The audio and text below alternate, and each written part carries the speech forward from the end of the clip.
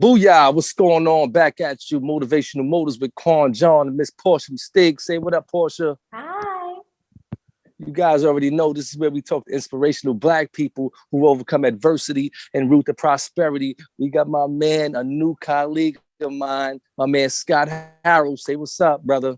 Good morning and blessings to everyone. And That's most right. importantly, what's up? Yeah, that's right, brother. So my man is a private entrepreneurial consultant, has his own business, and he's going to break down what services he can provide to you as a business owner.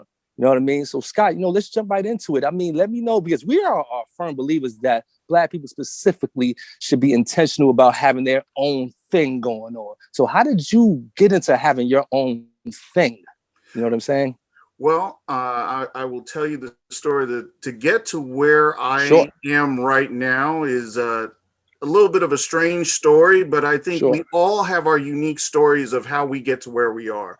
You know, we if you think about, I have a picture I love to look at where it has that trajectory that someone tries to draw in life of where they're going, and then it says actual reality and it's scribbled all over the place. I feel like that's definitely akin to my life. Yeah. My background, actually, I've spent over 25 years in security, law enforcement, private and public sector. I started out in the military, Marine Corps, security forces, anti-terrorism, 2 tours in the Gulf. I also was a police officer in the town I grew up in for 5 years before I had to retire due to industry. Due to injury, excuse me. And then I was like, what does that mean? my tongue is still waking up. I'm sorry. That's cool. I understand. It's not as late in the day over there in Nigeria. Right? And then I moved into the private sector where I worked my way up to area and operational management of multiple sites. However, you would think in security that it would be a very stable job environment. And shockingly enough, I found myself more often than not having to once again look for opportunities, because once you get a situation or a site secure, the first thing they think of is, well, we don't need that much security then. Right. Let's start cutting. Right. And who do they cut? The people with the biggest salaries at the top first. That's right. So early on, I started thinking to myself, I really need to work for myself, because I'm not going to fire me. That's number one. That's right.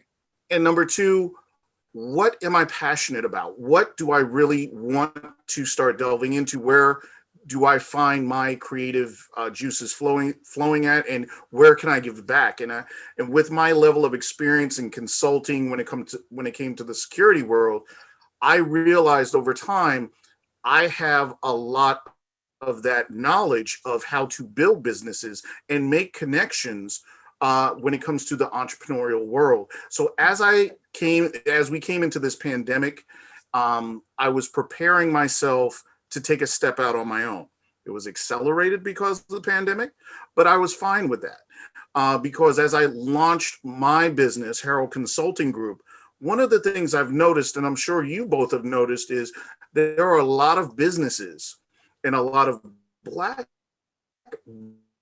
businesses, a lot of minority to step out on their own, whether or not it's been a desire or whether or not it may be emergent. And I pride myself on being able to give the services to help guide them along the way to be a successful business and not just survive during the pandemic, but thrive. Well put. Well put. Portia?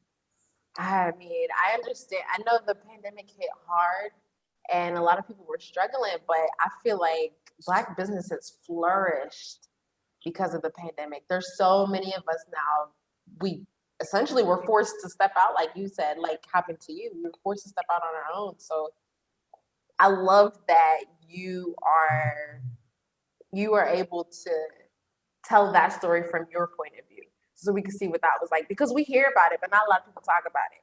They're like, okay, yeah, I have my own business. Well, yeah, because the pandemic did that.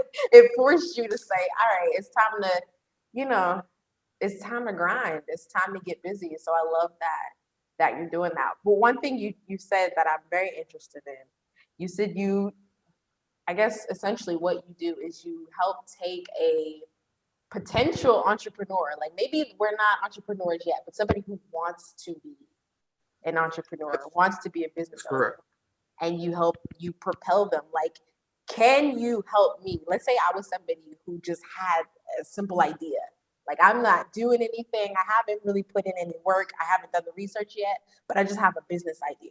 Could you help me turn that business idea into a reality in this environment during the pandemic? Absolutely. Good Because question. what we do at Harrell Consulting Group, we manage all the things, all the parts of a business that gets in the way of a business owner doing business. So first of all, let me just share with you, we take care of the business planning, business modeling, marketing, website design, mobile application design, virtual assistants, social media management, and so on. We also work on seeking financing for businesses. But one of the things I pride myself on is the consulting aspect, to be able to sit down with a potential entrepreneur and work through their idea with them. And in working with us, especially with me, you don't get a yes man. I warn people of that up front. We're going to tell you what you need to hear, not what you want to hear.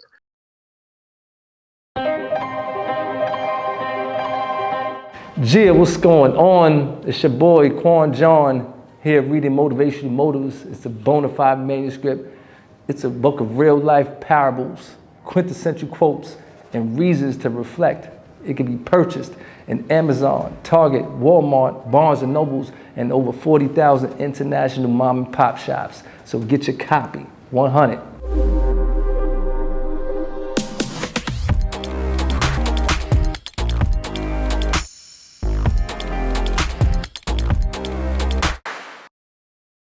Right. And some of that may be hard to hear, but we're here to help someone be successful and thrive. So I will sit down with people and I will find out, okay, what is your idea? Why is that your idea? Do you think it's just a good idea? Was it your hobby for a long time and now you think that's all you have? Is there a way to expand this? Is there a way to market it? What are your thoughts about marketing it? How have you thought of expanding this to the community? I've given people homework because I don't want to take your money and then you not have anything to show for it. Right. At the end of the day, I need you to be as prepared to work with me and bring your idea to fruition as you want me to be prepared to work with you to make it come to pass. Right. So it's really boiling it down for that entrepreneur, taking a dream and showing them all the work that would have to go into it to make it a reality, and seeing if they are not only prepared, but willing to do that. Right. Right. Well, I know that's difficult though. Right. It's difficult. Right. And I won't say overwhelming, but where the difficulty comes in, while we've talked about how the pandemic, and I have a different view of the pandemic, I humbly say, and I understand it's been tragic for many people. Right. My best friend actually just recently tested positive for COVID, and I feel for everyone that has lost someone. That's right. I simultaneously look at the pandemic as an opportunity, and I feel as if almost the fog has lifted, where we don't have so many creatives just coming out of the woodwork. They've always been there, but they've had to have been focused on so many other things that have been stripped away now. That's right. Either by life, by force, or whatever. Now that creativity is brought to the forefront. The problem is this: matching that level of grind, matching that level of creativity, matching that idea with knowledge. That's right. Because we have a lot of people who want to step out, but if you don't step out the right way, you're doing yourself, your business, your brand harm. Right. And I have to tell people that, because at the end of the day, if I help you and you're not ready for that level of help, all I'm doing is being a leech like many other businesses and taking your money. And when you walk away from me, you're going to fall on your face. Right. What does that do for me or you? Nothing. You know, you brought up a very interesting point, Scott, about the creative already being the creative before he even steps into business, you know. And as a counselor with the City University of New York, that's something I preach to my students every day. I'm like, you know what, they say, some of them say, you know what, well, I want to be an artist, I want to be a counselor like you. I'm like, you know what, that passion is already in you. You've had this passion since you were 5 years old. Okay, now bringing that passion and matching it with the education and the grind, that's another thing. But you're right, they already have it in them to be who they want to be. You know what I mean? But taking that next step, which you guys helped them to do, that's that's another beast. But my question to you is, do you guys scale success?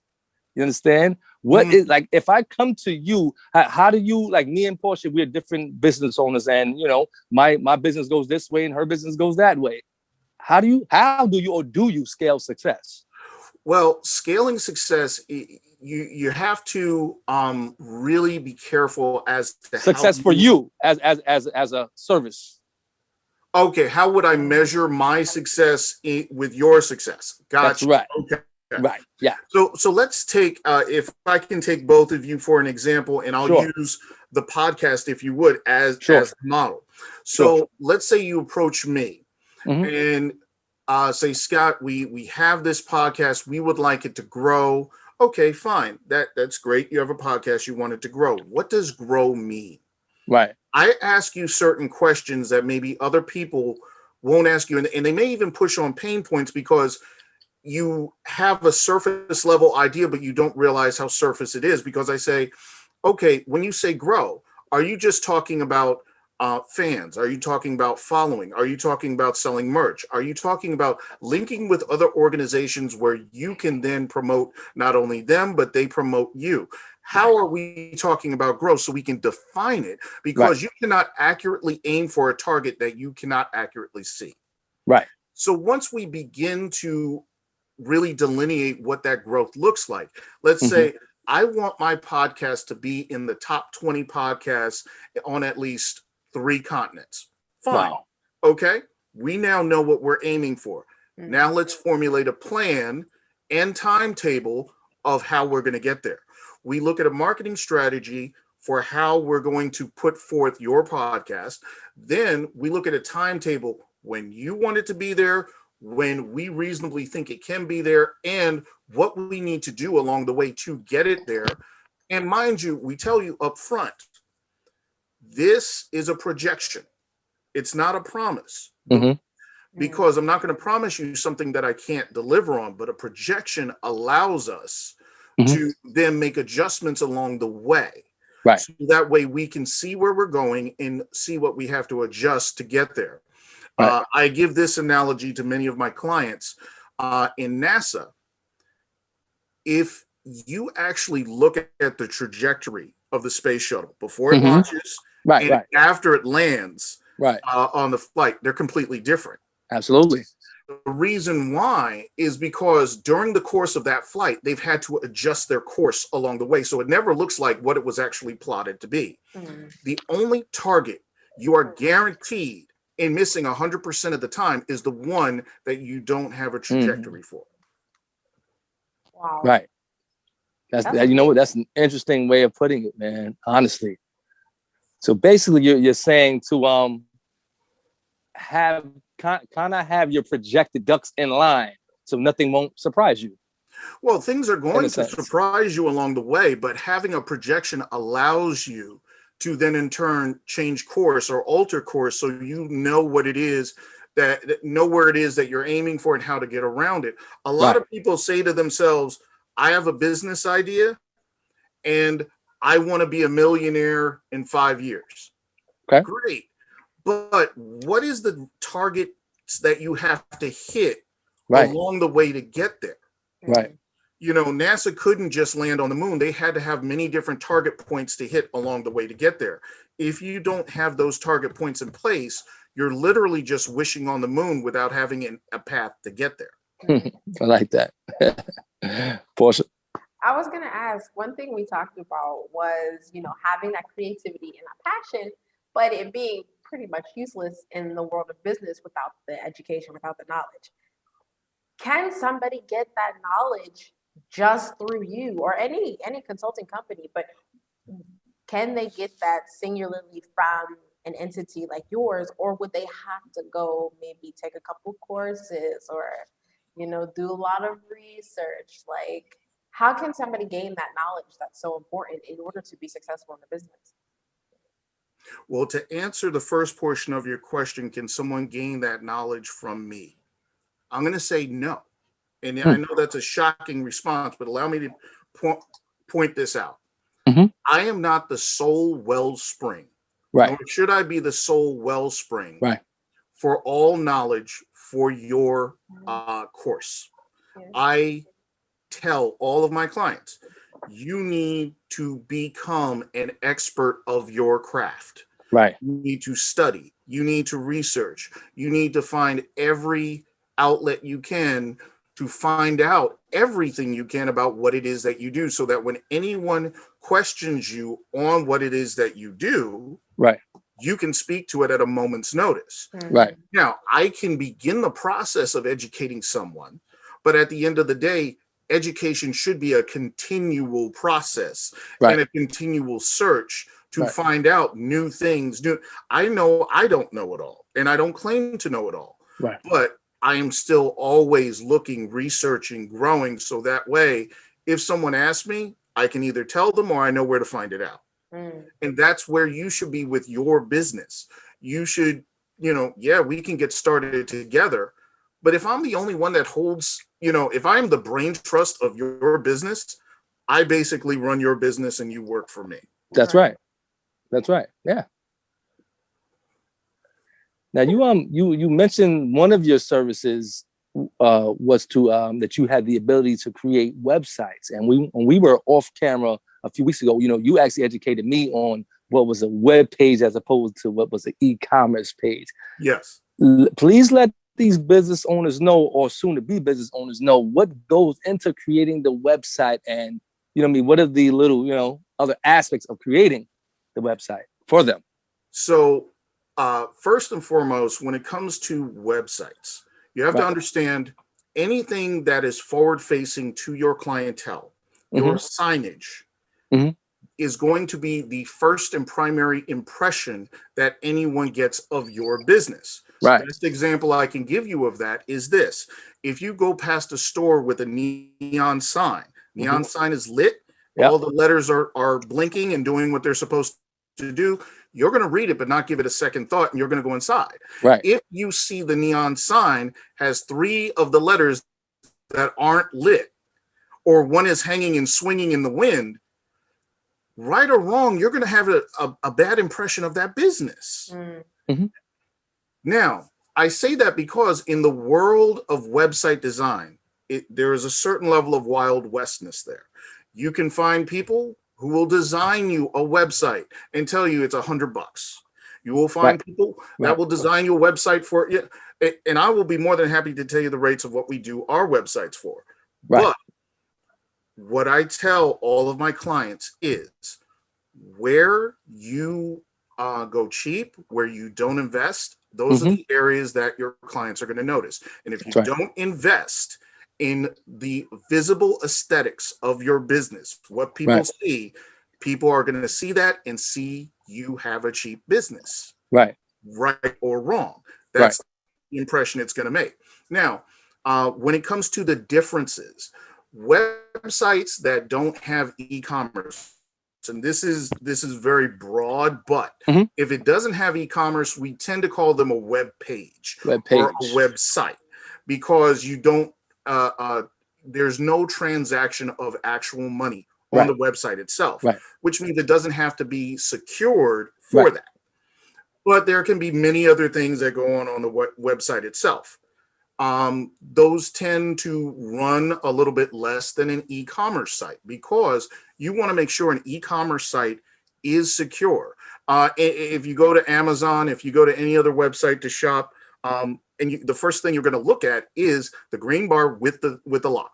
That's right. You're not going to shop anywhere that doesn't have that. Not at all.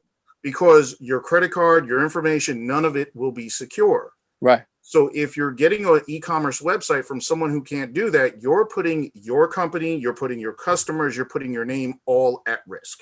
Right. So with that said, e-commerce sites are the ones that money is transacted, whether it's donation, payment, or subscription. Those Right. are e-commerce sites. Right. For us, on average, our most basic web pages start in the area of $1,500 to $1,800. Okay. Now, our e-commerce sites start in the area of $4,500. Right. There are many a person who would say, I can find it cheaper than that. And I Mhm. agree with them. Mhm. You can. And please But go right ahead if you feel that is the model that will work for your business. yep. What we build you is corporate ready. So that way, when people look at your business, they understand the level of business you're ready to That's right. conduct. Absolutely. And we are not ashamed of the quality of service that we provide. And I instruct my clients not to be ashamed of the quality of service that they provide.